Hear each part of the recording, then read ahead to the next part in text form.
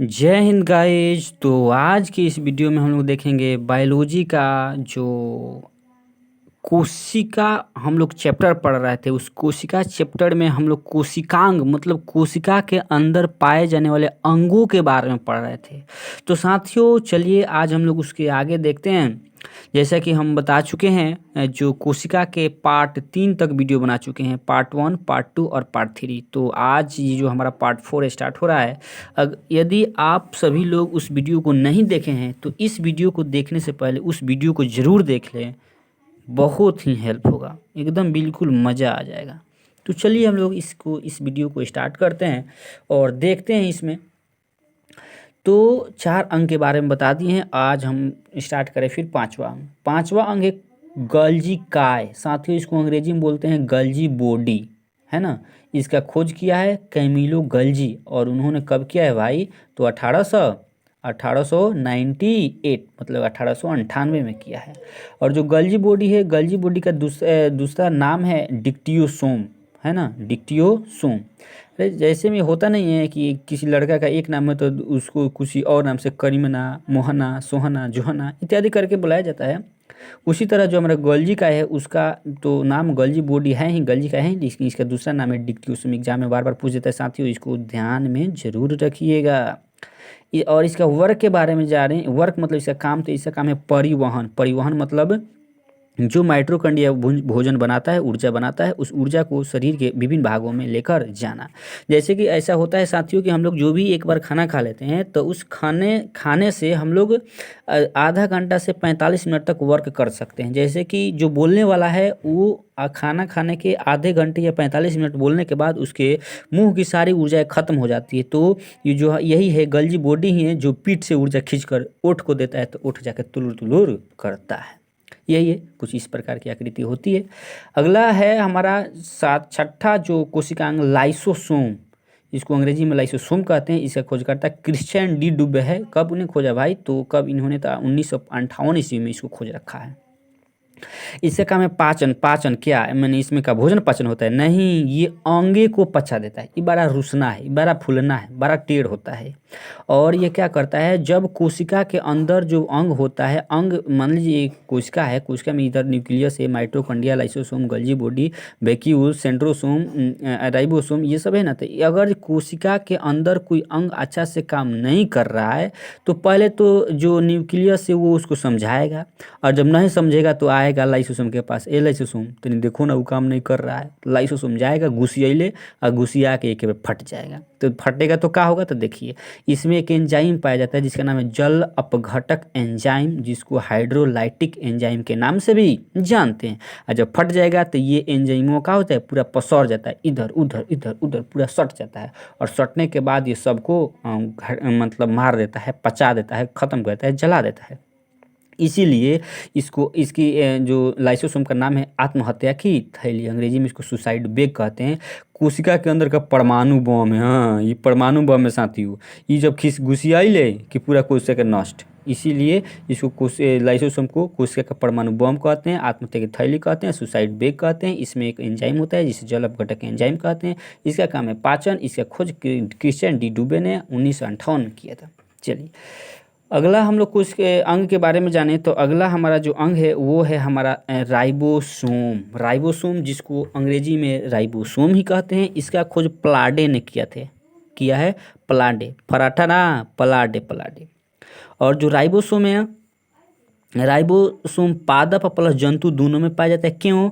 क्योंकि इसका काम है, इसका नाम है जो क्या है, इसको हम लोग फैक्ट्री ऑफ प्रोटीन मतलब प्रोटीन बनाने का फैक्ट्री मशीन कहते हैं।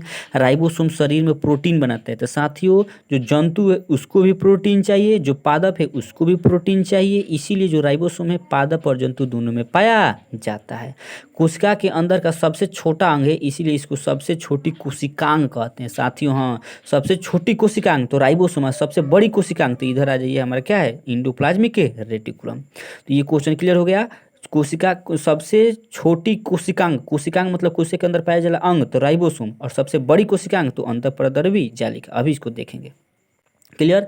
राइबोसोम को अंग्रेजी में राइबोसोम कहते हैं। इसका खोजकर्ता प्लाडेन है और पादप जंतु दोनों में पाया जाता है। जो सबसे छोटी कोशिकांग है इसको फैक्ट्री ऑफ प्रोटीन कहते हैं, मतलब कि प्रोटीन की फैक्ट्री कहते हैं। अब देखिए राइबोसोम दो प्रकार का होता है, एक 70S और दूसरा 80S। 70 और 80। अच्छा, ये इतना तो आप साथ ही सभी लोग समझते हैं कि 70 मतलब 70 ज़्यादा भारी है कि 80, तो ये भाई 80 भारी है। अब देखिए इसमें क्या हुआ कि एक इन्होंने जो वैज्ञानिक है प्लाडे, उन्होंने एक प्रयोग किया और प्रयोग में एक ऐसे प्रखनली ले लिए और उस प्रखनली में क्या किए, ये जो पादप और जंतु दोनों के राइबोसोम को निकाले और निकाल के इसमें पानी, इस प्रख ने पूरा लबालब, एकदम लबालब पानी भर लिए। और लबालब पानी भरने के बाद, लबालब नहीं समझते, नोखे नोख, अब भरने के बाद इसमें डाले ऐसे करके पूरा दोनों को डाले तो देखे कि जो पादप वाला है वो ऊपरे अटकल है और जो जंतु वाला है उ नीचे धरती धलेला है। तो अब इसे स्पष्ट कर दिया कि ये वाला जो है इसको उन्होंने क्या कर दिया, 80S कह दिया और ऊपरे जो अटकल है उसको 70S कह दिया। एस मतलब होता है सेडिमेंटेशन कोफिशिएंट। ये पूरे प्रयोग को उन्होंने सेडिमेंटेशन कोफिशिएंट कहा है, जिसे संक्षेप में एस से संकेत किया है ना। आई होप आप सभी लोग समझ गए होंगे कि राइबोसोम कितने प्रकार के, दो प्रकार के, 70S और 80S। 80S मानव वगैरह जो बड़े जंतु होते हैं उनमें पाया जाता है और 70S सूक्ष्म जीवों में पाया जाता है। ये क्योंकि उन लोगों में जो प्रोटीन की आवश्यकता कम है, तो काहे के लिए गैंठा में घी सुखाएंगे, कम है तो कम देंगे, ज़्यादा है तो ज़्यादा देंगे। चलिए अगला है, आई होप सभी लोग समझ गए होंगे।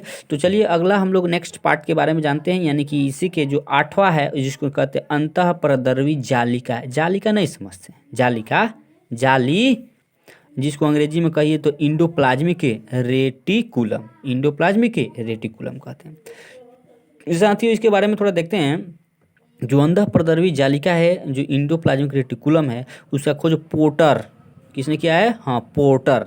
इसका काम है कार्य प्रोटीन और प्लस वसा बनाना। अंतःप्रद्रवी जालिका जो है प्रोटीन और वसा दोनों बनाता है, जबकि राइबोसोम क्या क्या बनाता है, केवल हाँ प्रोटीन। चलिए अब देखिए इसको एस्केलेटन मतलब कि कोशिका के अंदर का कंकाल कहते हैं, कंकाल। अच्छा ऐसा होता है ना साथियों, ऐसा हो ही जाएगा कि जो मानव के शरीर के पूरा हड्डी ऊपर से मूड़ी काट के पीठ पर से पूरा खाली हड्डी खींच लिया है, तो एक होता है जो कि झोरी में सारा आदमी बंद हो जाएगा, एक मानव है ना।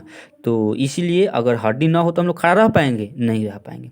इसीलिए कोशिका कोई जीवित कब रह पाएगा, जब उसके अंदर हड्डी होगा। यानी कि अंतःप्रद्रवी जालिका किसी कोशिका के अंदर पाए जाने वाली बहुत ही महत्वपूर्ण क्या है, संरचना है ना। चलिए आगे देखते हैं। सबसे बड़ी कोशिकांग मतलब कोशिका के अंदर पाए जाने वाला सबसे बड़ा अंग तो कौन है, तो अंतःप्रद्रवी जालिका। सबसे छोटा अंग कौन है, तो राइबोसोम। राइबोसोम क्या बनाता है, तो प्रोटीन। अंतःप्रद्रवी जालिका क्या बनाता है, तो प्रोटीन और वसा दोनों। किस तरह बनाएगा दोनों, आइए हम आगे देखते हैं। चलिए और सबसे बड़ी कोशिकांग तो अंतःप्रद्रवी जालिका। अंतःप्रद्रवी जालिका दो प्रकार का होता है, एक स्मूथ ईआर, ईआर मतलब इंडोप्लाज्मिक रेटिकुलम, और एक रफ ईआर, ईआर मतलब इंडोप्लाज्मिक रेटिकुलम। स्मूथ माने चिकन और रफ माने रूखड़। चलिए अब इसका जो निर्माण होता है, निर्माण यानी, और जो इसका निर्माण यानी कि लाइपोप्रोटीन से होता है ना।